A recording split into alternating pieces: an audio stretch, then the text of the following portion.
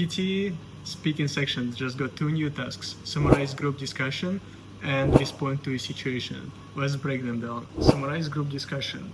You'll hear three people talk up to 3 minutes. Then you'll have 10 seconds to prepare and 2 minutes to answer. This task is really long, so here are the most important tips on what to do while responding to this task. First, take notes while listening. You have to take at least 6 to 9 short phrases with keywords. Use shortcuts for words, since it will make it easier for you to understand and then to recall to what you remember from the audio. One of the most important tips is structure your answer by speakers. So make 3 columns and write information under each whenever you hear the speaker say something. Number 3, use connectors. First, then, moreover, finally.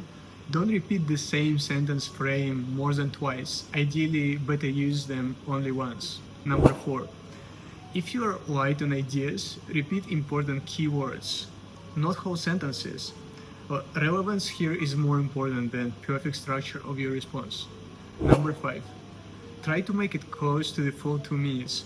Do not say a relevant thing, but reveal every idea fully, because you have plenty of time.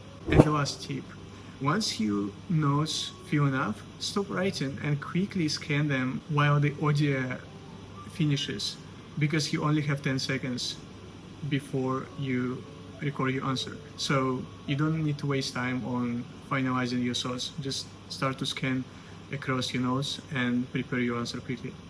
Now, how summarize group discussion is scored? Let's break it down to the parts. So the summarized group discussion is scored by 3 criteria, and it is fluency, content, and pronunciation. I would put the content on the top because it is the most important. Your response have to review all the ideas which is brought up in the conversation by all the speakers.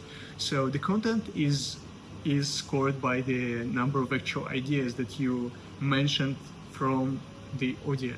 Fluency is more about how smoothly you speak, how many gaps you make, do you have some sounds which shouldn't be there. And the pronunciation is about how clear you pronounce the words.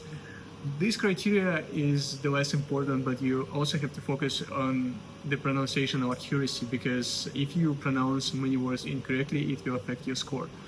But as I said, content, fluency, and pronunciation, from the most important to the least. Now, respond to a situation.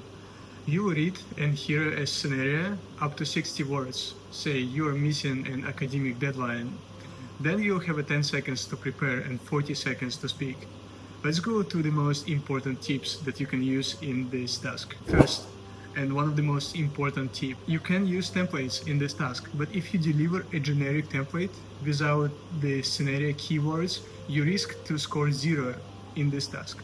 So keep your response fresh and do not rely so much on the templates. Second, choose style of your response. It is preferable to keep casual style, since most of the situations does not require specific academic vocabulary. Number 3, plan fast, because you only have 10 seconds. Split your answer into 3 parts: introduction, reasons, extra details, and you can say the conclusion as well.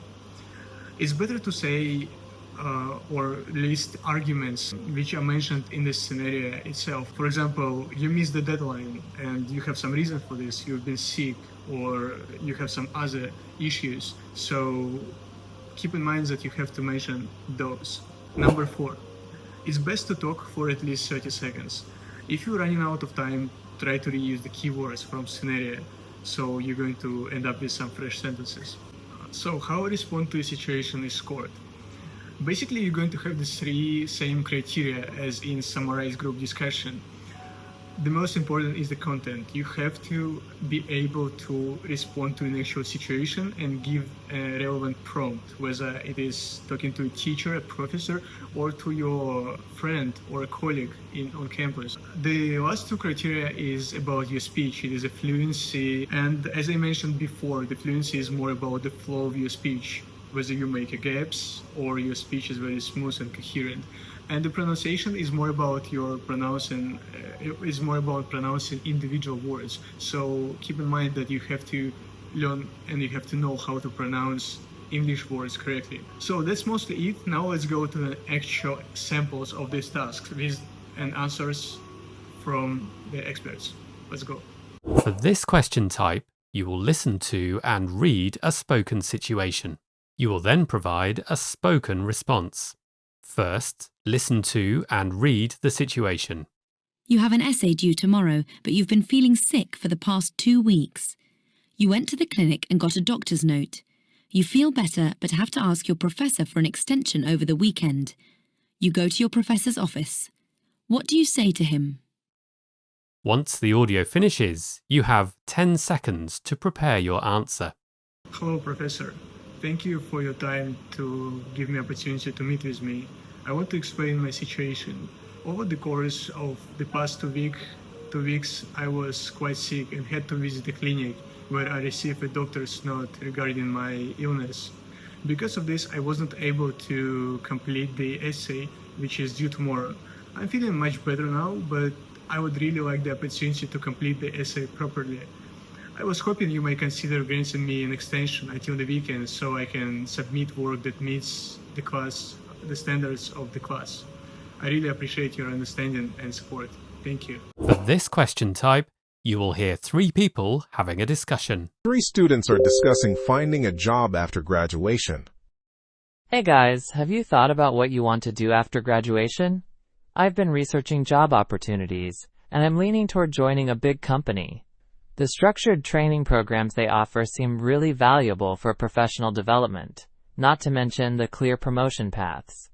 I think starting in a well-established organization could really set the foundation for a successful career. That's interesting. I've actually been volunteering at a small charity organization, and I've really enjoyed the experience. For me, success isn't about climbing the corporate ladder or earning a high salary. I find the work meaningful, and the environment is so supportive. I might even consider staying in the non-profit sector after graduation. Wow, you both already have such clear plans. I'm still figuring things out. To be honest, I'm thinking about staying here to pursue a postgraduate degree. I feel like I have time to explore my options, and further study might help me narrow down what I really want to do. That's fair, but it's still good to start planning early. Maybe you could try out different jobs or internships while you're studying. That way, you can get a sense of what you enjoy or what you're good at before committing to a specific path. I agree. Keeping an open mind and gaining diverse experiences can be really helpful. What you do now doesn't have to define your future career. It's more about exploring and learning about yourself. Plus, you might discover unexpected passions along the way. You've both given me a lot to think about. I think I'll start doing some research tonight and maybe look into part-time work or internships. It's nice to know I don't have to figure this all out alone. No problem at all. If you need help sifting through internship postings, just let me know.